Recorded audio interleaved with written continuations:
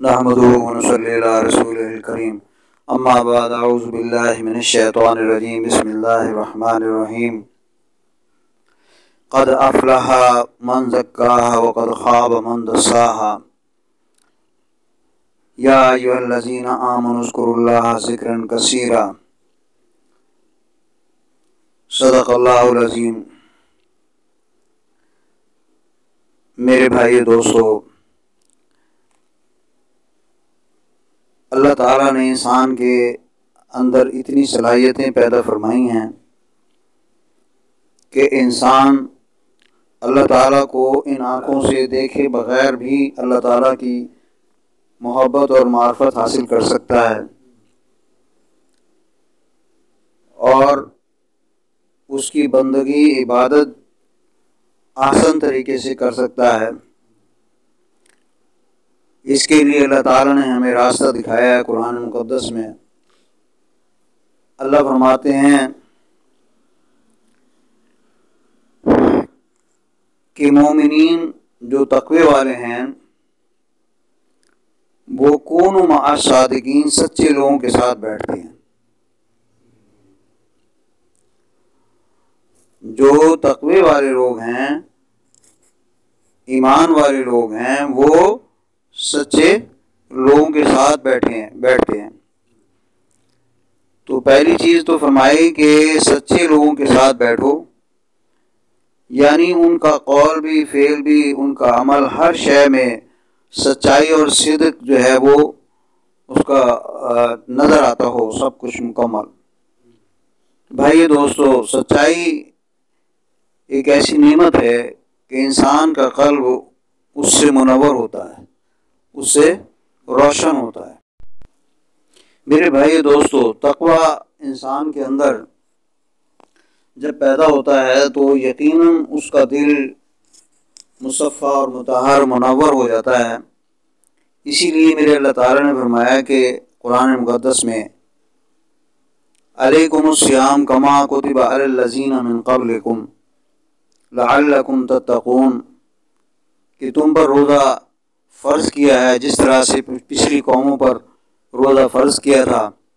تاکہ تم متقی پرہیزگار بن جاؤ۔ حدیث میں آتا ہے کہ جو روزہ رکھتا ہے، اللہ فرماتے ہیں حدیث قدسی میں کہ میں اس کی جزا خود ہوں۔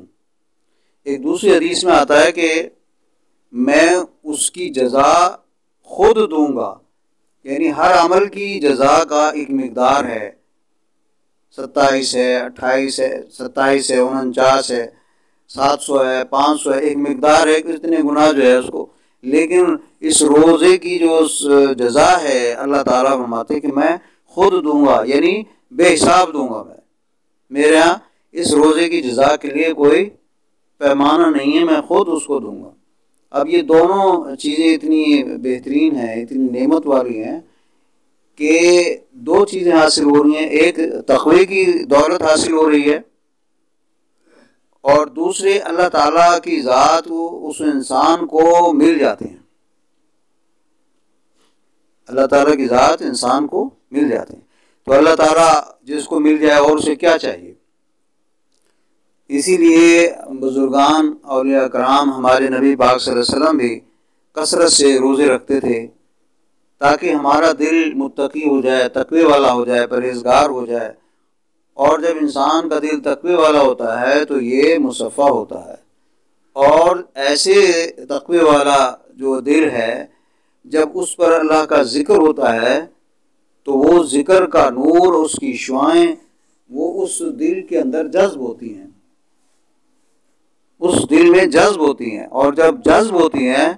تو وہ دل جو ہے روشن ہو جاتا ہے۔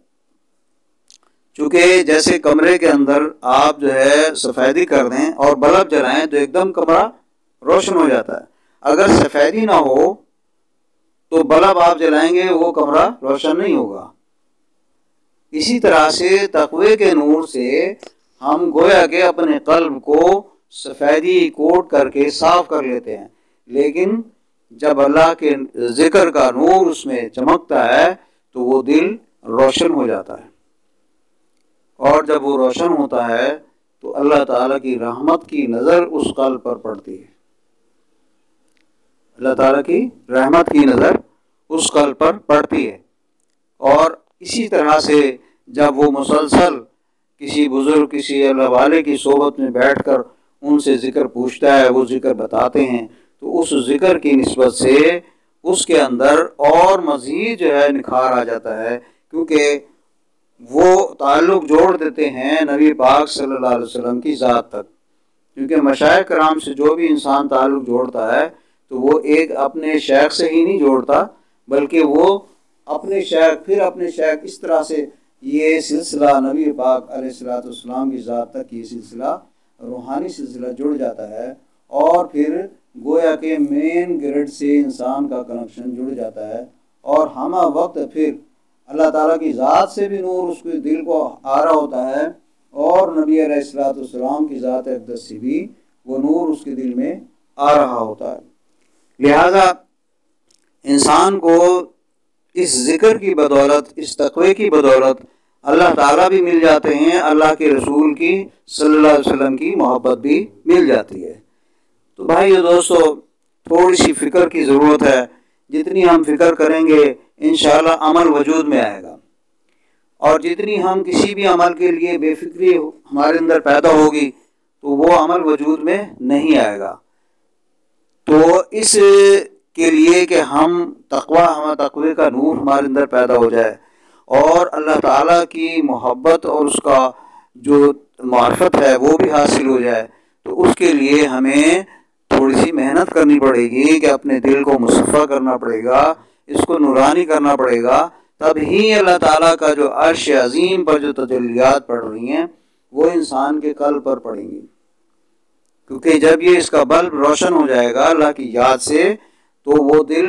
جو ہے وہ چمکدار روشن ہو جائے گا، اور پھر اللہ اس متوجہ کرتا ہے، جیسے شادی والا گھر جس میں لائٹیں پڑی ہوں تو آتے جاتے ہر ایک کی نظر پڑ جاتی ہے کہ بھئی یہاں شادی ہے۔ اسی طرح سے جو ہے اس دل پر نظر فرشتوں کی بھی پڑتی رہتی ہے، اور اللہ تعالیٰ دن میں پتہ نہیں کتنی مرتبہ رحمت کی نظر اس کے دل پر ڈالتے ہیں۔ یہ بہت بڑی نعمت ہے میرے بھائیو دوستو۔ یہ مشائخ کرام اللہ بے شمار رحمت فرمائے ہمارے بزرگان پر، کہ انہوں نے ایک ایسا راستہ ایسے قرآن حدیث سے ہمیں یہ سب ثابت کر کے بتایا کہ دیکھو اللہ تعالیٰ ہمیں کیا چاہتے ہیں، ہم سے کیا چاہتے ہیں، اور اللہ تعالیٰ کو پانے کا کیا راستہ ہے، کیا طریقہ ہے، ہمیں بہترین انداز میں سکھا دیا کہ جب انسان اللہ کا ذکر کرتا ہے تو وہ ذکر قرآن مقدس میں اللہ فرماتے ہیں کہ تم میرا ذکر کرو میں تمہارا ذکر کروں، فَاذْكُرُونِي أَذْكُرْكُمْ، تم میرا ذکر کرو میں تمہارا ذکر کروں گا۔ اب ہم تو زبان سے ذکر کر رہے ہیں یا دل سے ذکر کر رہے ہیں، لیکن اللہ تعالیٰ کا یاد کرنا کس محبت سے ہوگا؟ وہ اس کا یاد کرنا تو گویا کہ اوپر سے روشنیوں کا انبار اس کے دل پہ آئے گا۔ اس کا یاد کرنا اتنی بڑی نعمت ہے جس کی حقیقت جو ہے وہ بزرگوں کی صحبت میں بیٹھ کر ہی پتہ چلتا ہے، عام طور پر نہیں پتہ چلتا۔ اسی لیے انسان جو بزرگان بتاتے ہیں ذکر اذکار ان کو پابندی سے کرے، اور اپنے دل کو اتنا قدر اللہ تعالیٰ کی یاد میں مصروف کر دے کہ ہر وقت خیال اللہ تعالیٰ کا رہے، اٹھتے بیٹھتے چلتے پھرتے اللہ اللہ لا الہ الا اللہ اللہ لا الہ، ہر وقت جو ہے وہ اللہ کی، کیونکہ دل جو ہے یہ اللہ تعالیٰ کی یاد اور اس سے خوش ہوتا ہے، ذکر سے خوش ہوتا ہے، اسے اطمینان ملتا ہے۔ اللہ فرماتے ہیں الا بذکر اللہ تطمئن القلوب، کہ تمہیں کسی چیز سے بھی اطمینان نہیں ملے گا سوائے اللہ تعالیٰ کے ذکر کے۔ اس لیے دل جو ہے وہ کسی دنیا کی کسی چیز سے بھی اطمینان اور خوشی نہیں پائے گا۔ یہ دنیا والوں کو دھوکہ لگا ہے کہ مال دولت سے خوشی مل جائے گی، اپنے کوئی بہت بڑے کاروبار سے خوشی مل جائے گی، زمیندارہ بہت بڑا کوئی زمیندار ہو اس کو خوشی مل جائے گی۔ نہیں نہیں میرے بھائی دوستو، اللہ تعالیٰ کا فرمان جو ہے وہ بالکل سچا ہے کہ دل جو ہے وہ ہمیشہ اللہ تعالیٰ کی یاد سے ہی خوش ہوتا ہے، اطمینان پاتا ہے۔ کیوں نہ اطمینان پائے کہ جب انسان اللہ کو یاد کرتا ہے تو اللہ تعالیٰ جب یاد کرتے ہیں اس بندے کو تو اس کا دل جو ہے وہ روشن ہو جاتا ہے، اللہ تعالیٰ کی انوارات اور تجلیات اس کے دل پہ پڑتی ہیں،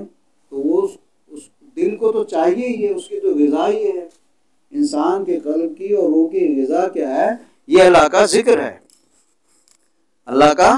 ذکر ہے۔ اسی لیے بھائی دوستو ہمیں اللہ تعالیٰ کا ذکر کر کے اللہ تعالیٰ کی محبت اور معرفت حاصل کرنی چاہیے۔